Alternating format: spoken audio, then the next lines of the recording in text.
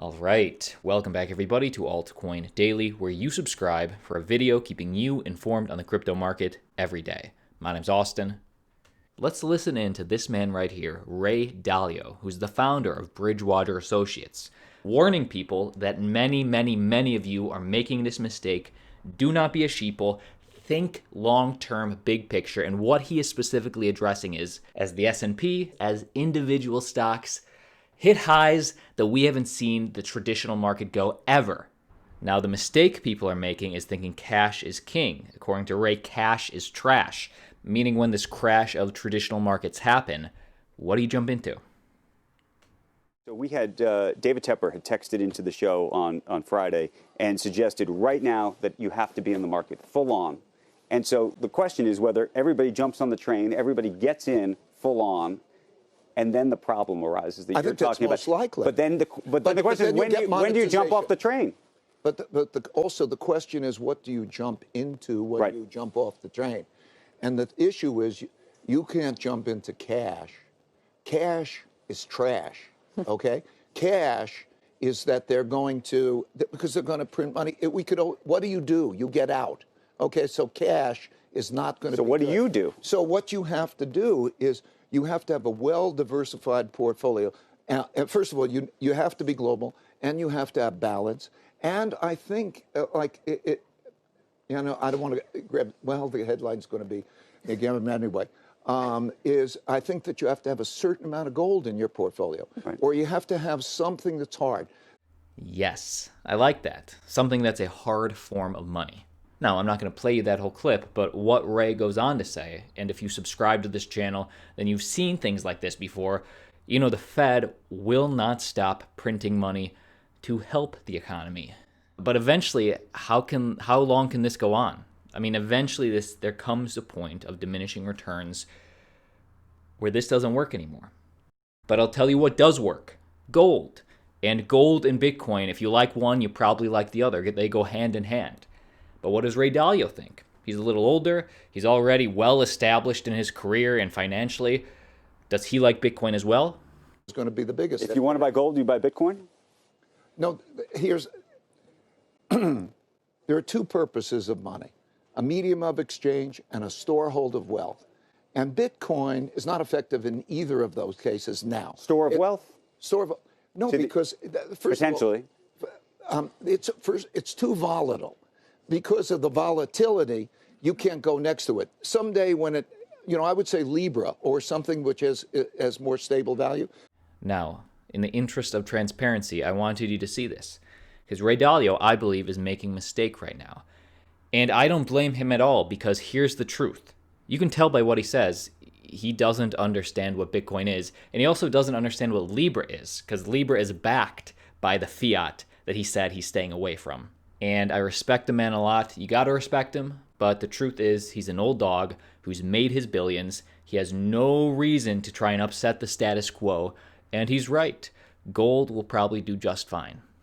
Now, I encourage Ray to do the research. Do the research. Yes, it's a higher risk. But yes, it has way more upside than gold as well. Like this video. Get this information out. Maybe Ray will see this. Maybe we'll have a little bit of an impact. But let me know what you think down below in the comments. And speaking of learning, this is the big one. The Bank of England is considering adopting cryptocurrency. And why are they doing that? Well, the Bank of England is one of the central banks weighing the potential benefits amid the decline of cash and emergence of Facebook's Libra. Now, this title is a little bit misleading, since the Bank of England is actually considering adopting a digital currency to keep up with China. The Bank of England will examine how Britain could adopt a Bitcoin-style digital currency as part of a global group of central banks that have joined together to examine the possible pitfalls of relying on electronic money. So this is a brain trust right now with England and actually many more. There's major central banks form a CBDC think tank looking into a central bank digital currency, CBDC.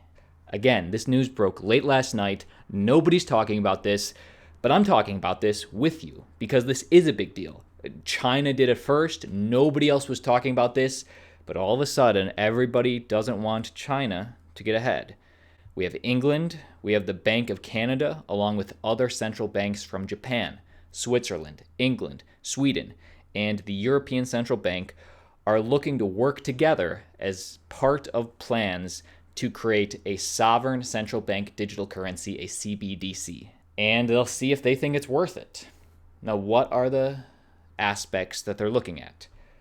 Well, the Bank of Canada, along with the other parts of the Brain Trust, say the analysis will focus on economic, technical, and cross-border remittance considerations. Participants in the think tank will also share knowledge on CBDCs while liaising with intergovernment institutions like the Committee on Payments and Market Infrastructures, CPMI, and the Financial Stability Board. Wow. I mean, pretty neat. Again, they're trying to create their own version of Bitcoin to keep control, because again, Bitcoin gives control to the people. Now, will many people like this? I bet they could, because this will, in essence, and really help with cross-border remittance payments. So trouble for the altcoins, but when each country is explaining what this is, they'll have to, in some sense, describe what Bitcoin is to all of the people in their country. They'll say, this is Bitcoin, but this is what we're offering. The news presents another proof of the growing push among major economies to participate in the emerging digital economy, by launching sovereign CBDCs. Pretty interesting. Let me know what you think down below in the comments. But next piece of news. And it's interesting that Ray at the beginning said that he would put his money in Libra over Bitcoin, because more and more companies, big companies, are pulling out. In fact, British Telecoms giant is the latest member to bail on the Libra Association. Check this out. The representative said, Vodafone Group has decided to withdraw from the Libra Association. We have said from the outset that Vodafone's desire is to make a genuine contribution to extending financial inclusion.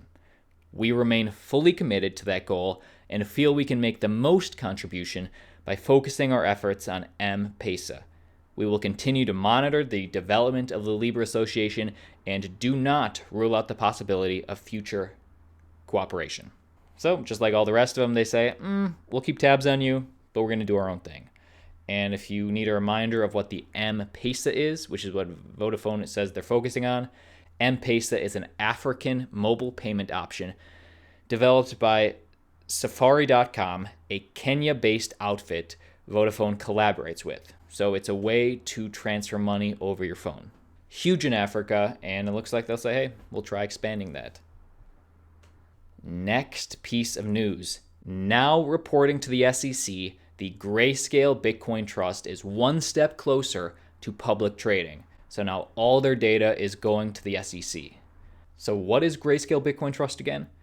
Well, Grayscale's Bitcoin Trust manages investment in Bitcoin on behalf of the investors. So as an investor, you would invest in the trust and then they would invest in Bitcoin.